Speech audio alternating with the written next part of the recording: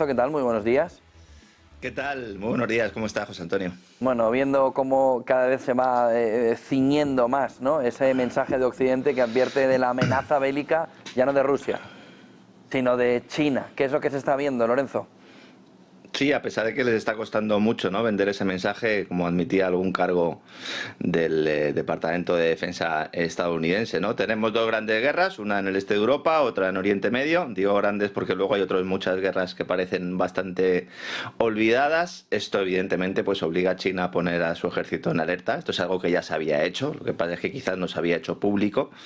Una acción pues que celebran los halcones del Pentágono, que llevan años intentando convencer al mundo precisamente de ese peligro, de esa amenaza bélica china, que la verdad es que si nos atenemos a los datos, a los hechos, pues brilla por su ausencia. El sábado Xi Jinping, durante esa visita a las instalaciones del ejército chino, afirma públicamente que las Fuerzas Armadas deben reforzar el entrenamiento y la preparación para la guerra. Ese fue el textual, la frase que empleó.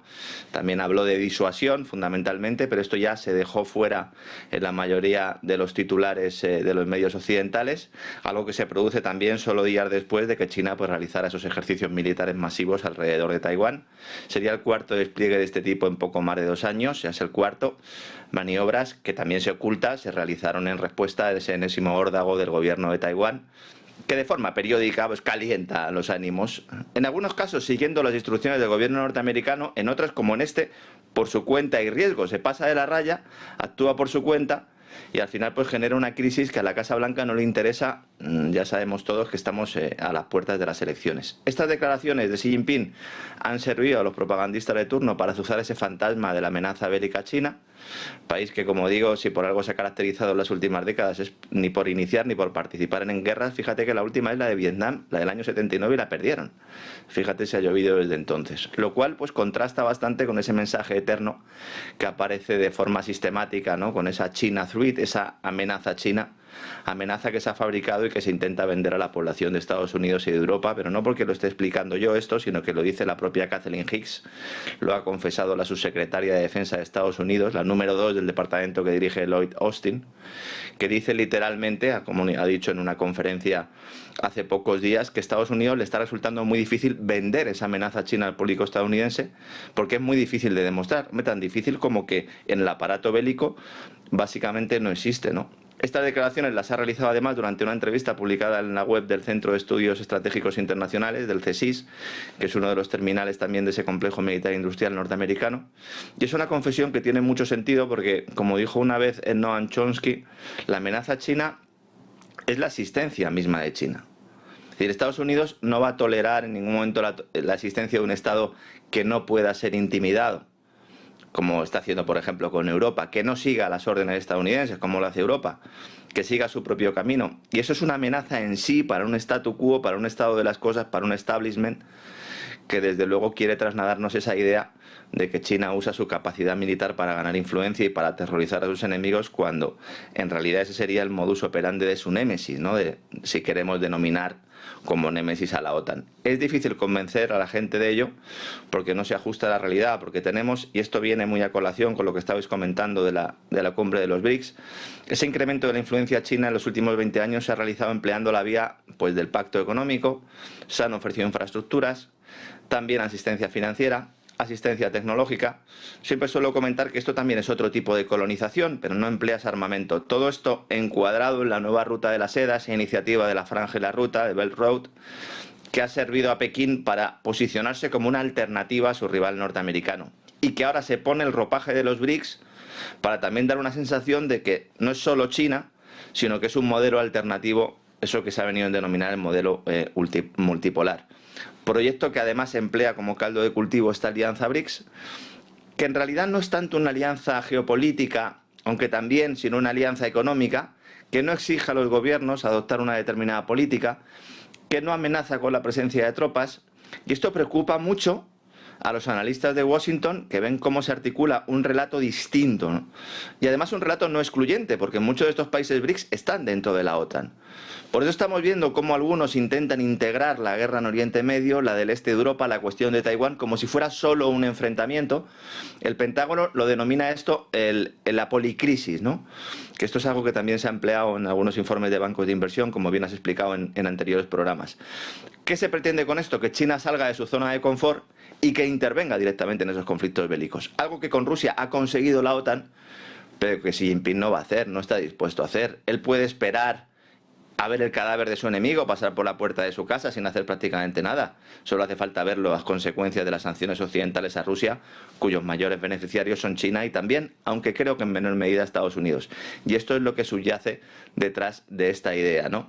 Al final, China, lejos de ser una amenaza bélica, es una amenaza, pero es una amenaza para un establishment que se ha beneficiado del orden mundial desde la Segunda Guerra Mundial y especialmente desde la caída de la URSS, y que ahora mismo están nerviosos esos representantes, no solo políticos, sino también económicos y en algunos casos incluso sociales, porque ven que realmente pueden perder la capacidad de maniobra que han tenido hasta el día de hoy, ¿no, José Antonio?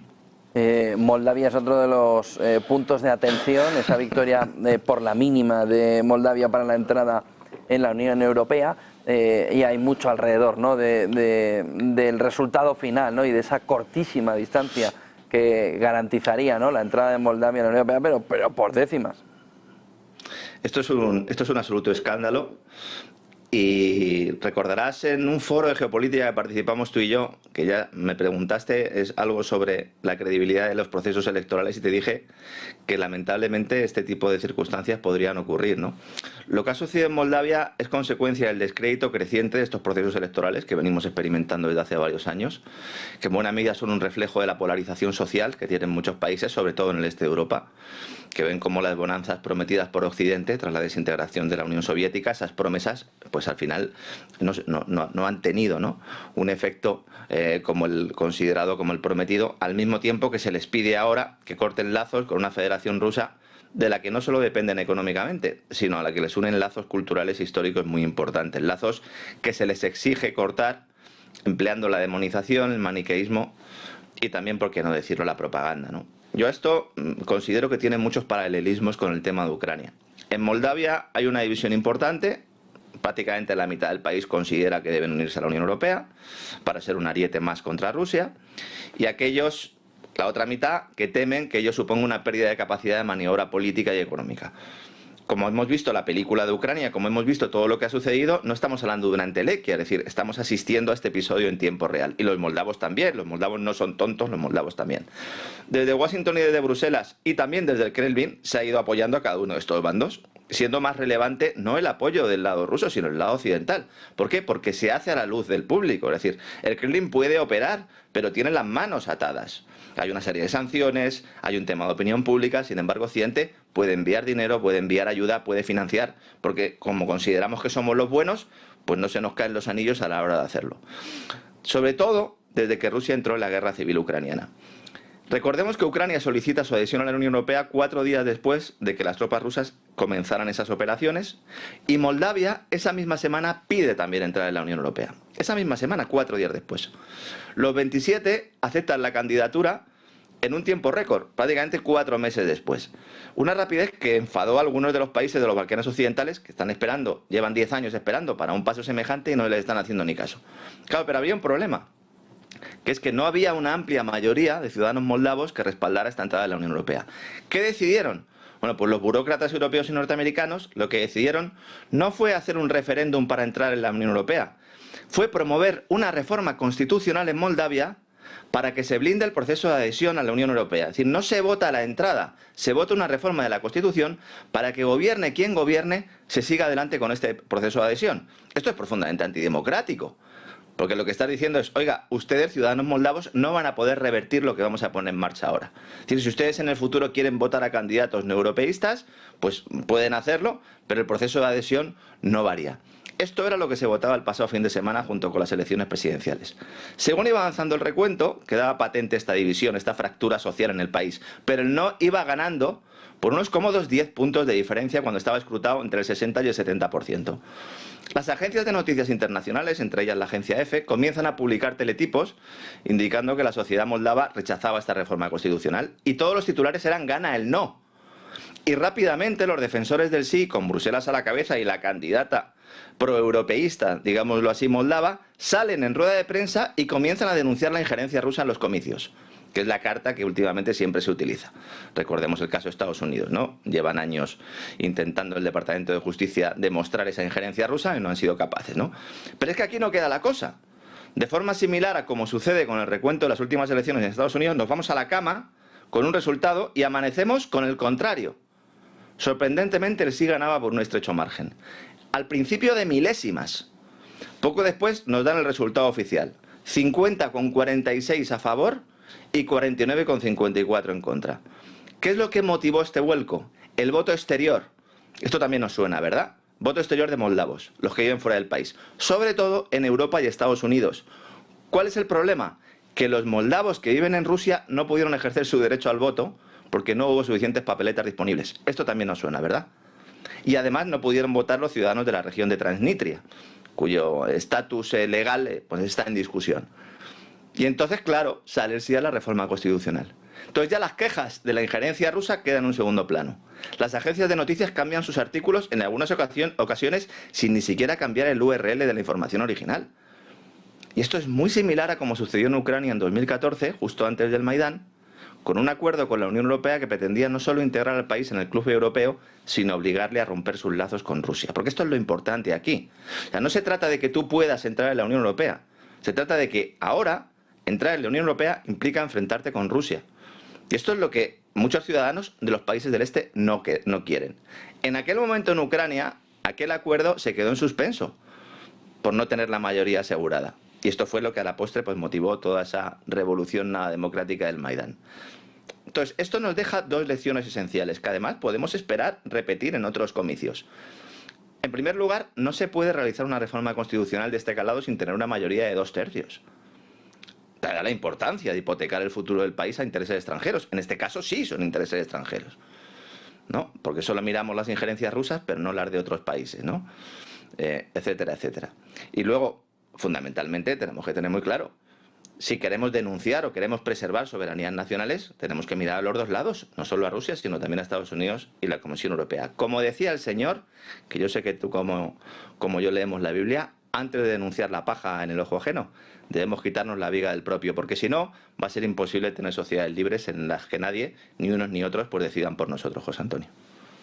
Ha empezado la cumbre de los BRICS, donde todos estos temas van a salir también. Se va a hablar también de Moldavia, se va a ver toda la fotografía geopolítica sin ningún lugar a dudas. Pero hay un elemento fundamental, se llama BRICS Pay, se llama BRICS Bridge, ¿no? Frente al M-Bridge que está planteando el Banco Internacional de Pagos, el BRICS Bridge es ese mismo elemento que China prácticamente ha aprendido al estar en ese entorno y que se lo lleva al entorno de los BRICS para intentar descentralizar, no anclarse al oro, que era uno de los elementos que podría haber sucedido, sino ir hacia una moneda digital que tiene el mismo componente de control y demás que el resto. Exactamente. BRICS Pay, ¿cómo lo ves? Explicabas ayer en el programa, en el principio del programa, explicabas un poco pues cuál era esa estrategia de Putin para ir llevando a los BRICS a desdolarizarse. Tenemos la estrategia de Rusia por un lado, la de China por otro, lo has explicado muy bien, ¿no? Aquí tenemos otra cuestión que incomoda mucho. Esta cumbre comienza, supone una revolución absoluta. En el plano político, el grupo BRICS tiene que configurarse, es decir, el grupo BRICS no cuenta con un reglamento, no tiene una carta fundacional, no tiene una estructura operativa definida. Esto tiene sus ventajas también, porque eso dota a la alianza de cierto dinamismo, de cierta flexibilidad. Esto es indispensable para que países con muy diferentes visiones políticas y económicas puedan sentarse en la misma mesa, ¿no? Entonces, al final tienes a países de Oriente Medio, el denominado Sur Global. Ha dicho Sergei Lavrov que de momento todo aquel que quiera unirse a los BRICS tendrá que esperar a partir de ahora, porque primero tienen que configurar esa estructura interna. Esto me parece muy inteligente para adaptarse de alguna manera, ¿no? a toda la diversidad que hay ahí, también para establecer mecanismos de funcionamiento que puedan ser esenciales para evitar la parálisis en la toma de decisiones, ¿no? Algo que sucede mucho en Europa y que los BRICS quieren evitar. Pero en el plano económico, evidentemente, la idea es ese embrión de un nuevo sistema de pagos internacional que tiene muchas caras, tiene muchas áreas, porque se crea un nuevo sistema de pagos internacional. Se crea un nuevo sistema de pagos dentro de los países que depende de ese sistema de pagos internacional. Se crea un banco de desarrollo que no sabemos si va a hacer funciones de Banco Central al mismo tiempo que va a otorgar créditos tipo Fondo Monetario y Banco Mundial. Es una alternativa al Fondo Monetario Internacional y Banco Mundial, controlados también por Washington, para emplear y subyugar financieramente a los países, no para ayudarlos, esto hay que decirlo, porque el control mediante la deuda es algo que se quiere evitar en este caso, una deuda que se convierte mágicamente en dinero cuando llega a las arcas de las multinacionales, que luego se aprovechan de las condiciones que imponen estas organizaciones a los gobiernos que les piden asistencia, una asistencia que en no pocas ocasiones se hace literalmente a punta de pistola. BRICS quiere cambiar esto, quiere que las alianzas sean voluntarias. Entonces, nada más comenzar esta cumbre, de hecho la semana pasada se celebró el foro empresarial y ahí ya han presentado de una forma publicitaria bastante inteligente el sistema BRICS Pay. Hemos visto todas esas tarjetitas, ¿verdad? A modo de exposición se entregó a los asistentes unas tarjetas con un código QR, tarjetas que contienen una pequeña cantidad de dinero para gastarse durante el foro en unas tiendas especiales. En realidad el dinero no está en la tarjeta, está en la aplicación que te descargas con el móvil usando el código QR. ¿Esto pretende sustituir al efectivo? Sí. Pretende sustituir al efectivo. ¿Va a tener los mismos elementos de control social que pueden tener el euro digital y el dólar digital? Se aspira a ello, pero de momento el BRICS Pay no es una CBDC. Es un sistema de pago en blockchain creado para competir con el SWIFT occidental. Es verdad que en la página web de los BRICS se plantea que es el primer paso para esa independencia financiera, sobre todo para evitar sanciones en materia política, energética, alimentaria, tecnológica. En el futuro sí se aspira a que sea una CBDC, lo que pasa es que no está claro cuál va a ser el banco central, ¿no?, de esta CBDC, porque de momento los bancos participantes establecen relaciones directas con otros bancos extranjeros y otras instituciones financieras. Es un sistema de pago sin efectivo, mediante código QR, que se viene desarrollando desde el año 2018 y que se pone ya en marcha en Rusia. Es decir, los rusos este año ya van a poder utilizarlo, rusos que estén en el extranjero, y así pueden evitar todo el problema de las sanciones occidentales. Y luego, servicio de pago al por menor, que va a tener la colaboración de Visa y de Mastercard. Es decir, no estamos hablando de una ruptura total, estamos hablando de una alternativa no excluyente. Y a mí me gusta mucho insistir en ello porque esto es lo atractivo de la historia. Es decir, no es que te pases al otro club, es que puedes pertenecer a tu club y al mismo tiempo utilizar la otra moneda. Decía la ley de Gresham que la moneda buena expulsa a la mala. Y esto es lo que puede suceder aquí, esto es lo que quieren los estrategas. Entonces, si Visa, Mastercard, WeChat están todos en este sistema, entonces es una herramienta que tiene una aplicación, bueno, pues mucho más amplia. De hecho, es que va a estar para descargar en Apple Store y en Google Play. Es decir, no tenemos nada que vaya en contra de Silicon Valley, ¿no? Esta herramienta se va a ir perfeccionando de modo que puede integrarse una serie de opciones que permitan a los países BRICS contar con esas opciones de pago ampliadas para liquidar bienes y servicios, consolidando sus relaciones económicas, con la idea evidentemente de depender cada vez menos del dólar, fomentar la diversificación financiera y luego reforzar la autonomía económica entre los miembros del bloque, ¿no? Ese plan de desdolarización del que hemos hablado.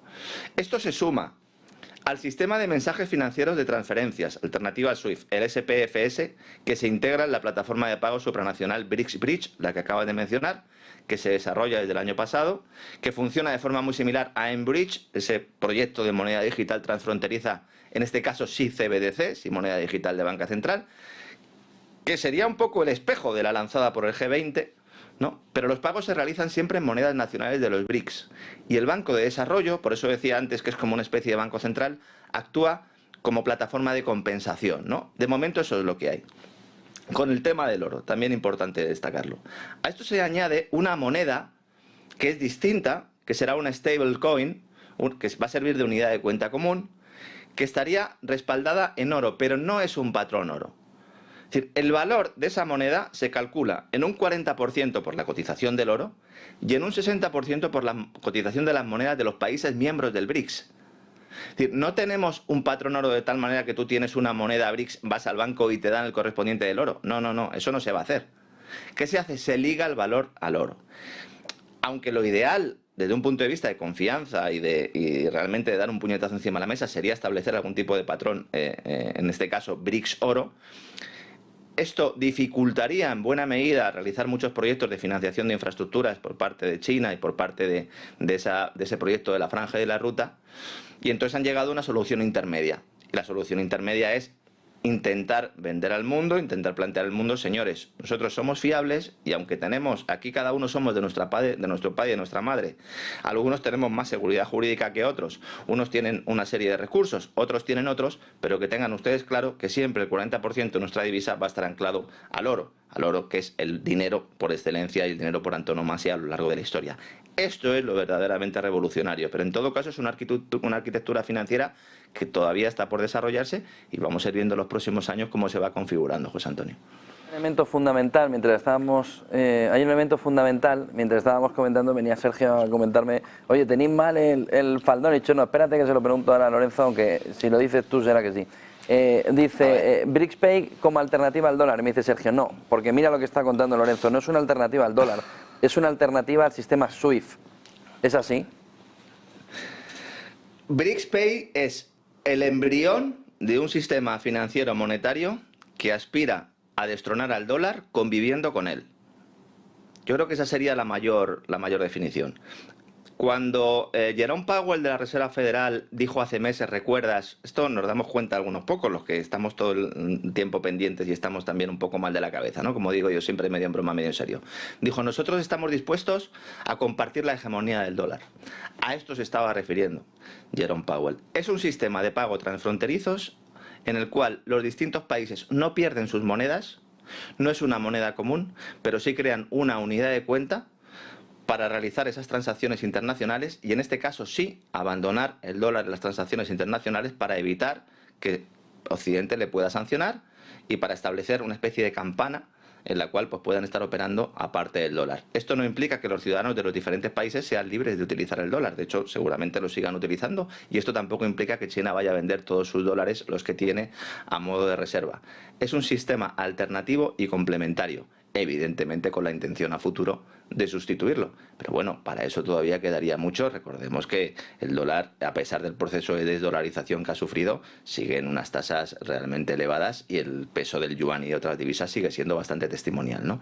Pero bueno, en el sector de los hidrocarburos, fundamentalmente, pues ahí ya estamos viendo que hay una desdolarización en buena medida porque la gran mayoría de los países que se han incorporado a los BRICS son las potencias petroleras del Golfo, José Antonio. De aquí en España, muy pendientes también de la relación con Marruecos, sobre todo después de esos comentarios de Planas y que está poniendo en una situación muy complicada o que está reaccionando, mostrando una situación muy complicada el sector agrícola español, ¿no? Por esa competencia o supuesta competencia desleal a la que una parte del sector cree que el gobierno está haciendo vista gorda. Bueno, no es que solo esté haciendo la vista gorda, es que lo está favoreciendo. Es que esto es una de las mayores vergüenzas de la economía española. Es que uno de los últimos mensajes que ha dejado Borrell en sus últimos actos como representante exterior de la Unión Europea, dice, oiga, deben reforzar el pacto de Bruselas con Marruecos. Lo cual, evidentemente, pues suscita muchas dudas sobre las verdaderas intenciones que tienen las autoridades comunitarias. Cuando en lugar de plantear una revisión de estos pactos, para reducirlos, no para ampliarlos, se pretenden aumentar. ¿Por qué digo esto? Porque estos pactos atentan contra las reglas del juego. Porque se favorecen olvidando que no se ha querido investigar el pago de sobornos y comisiones a eurodiputados por parte del régimen de Mohamed VI. El Qatar Gate, ¿recuerdas? Tenía una segunda deriva, el Morocco Gate. ¿Dónde está esto? Durmiendo el sueño de los justos, en los cajones de la Fiscalía Europea. 3 investigadores fueron envenenados. De esto no se habla. Y luego tras años en los que los agricultores, ganaderos y pescadores españoles han soportado esa competencia desleal del vecino del sur, el sector primario nacional celebró hace pocos días, hace pocas semanas, esa decisión del Tribunal de Justicia de la Unión Europea que anuló el acuerdo pesquero celebrado con la Unión Europea por considerar que no tenía en cuenta al Sáhara Occidental, algo que era evidente, un Sáhara Occidental que por mucho que nos digan España, Francia o Estados Unidos, no tendría que estar bajo soberanía marroquí. En teoría, si Planas defendiera los intereses españoles, los intereses de los agricultores españoles, de los pescadores, esto debería haber sido aplaudido por el Ministerio. Pero de forma muy significativa sucede lo contrario. El ministro se enfada y dice que aunque España respeta la sentencia, no la comparte. Porque el gobierno, cito textualmente, está políticamente muy interesado en profundizar las relaciones estratégicas con Marruecos. ¿Y por qué? ¿Cuál es la causa de ese interés? ¿Por qué hay que profundizar una relación que se basa en el permanente chantaje migratorio, en la competencia desleal, en la existencia de un narcoestado que utiliza nuestras costas con absoluta impunidad? ¿Cómo puede ser que existan acuerdos arancelarios que permitan que Marruecos venda en España productos como el tomate o el aceite de oliva con ventajas económicas respecto a los productores españoles? Productores que ven cómo estos productos entran no solo favorecidos por menos trabas regulatorias, sino que tampoco deben cumplir la normativa fitosanitaria, lo cual pues, ha provocado que estos productos lleguen en no pocas ocasiones con altos niveles de pesticidas. Si fueran productos españoles no podrían ponerse en los estantes de los supermercados. ¿Qué le debe España a Marruecos? Esa es la gran pregunta que tendría que contestar Planas. Por cierto, un Planas que no solo sirve a los intereses del lobby marroquí, sino también al de Bruselas. Este señor fue eurodiputado, de forma muy significativa estuvo en la Comisión de Asuntos Exteriores, estuvo en la Comisión de Asuntos Institucionales, fue miembro de la Delegación para la Relación con el Congreso de los Estados Unidos y miembro fundador en el año 1990 de la Red de Política Transatlántica. ¿A quién sirve el ministro de Agricultura español? Hoy que tan de moda está esto de hablar de injerencia extranjera, ¿para quién trabaja el señor Planas? Porque desde luego que no para los agricultores, ganaderos y pescadores españoles. Y por cierto, hablando del lobby marroquí y hablando de injerencia extranjera también, no me puedo resistir a comentarlo, no se habla nunca, prácticamente nunca, de esa red de espías y agentes de otras nacionalidades, en este caso de nacionalidades marroquíes. Esto es un tabú. Sabes que a mí me gusta insistir mucho en ello. Hay una tela de araña tejida durante varias décadas por el servicio secreto del Reino Alauita, a golpe de talonario, a golpe de viajes, de relaciones amorosas, más o menos consentidas, que engrasan una maquinaria que funciona al margen de la opinión pública. Algunos lo han denunciado sufriendo la persecución y el acoso de la inteligencia marroquí, mientras los gobernantes de la justicia española miraban hacia otro lado. Aunque estos ataques pues provocaran que profesionales españoles tuvieran serios problemas, ya no solo con la justicia, sino incluso en el ámbito de su seguridad personal.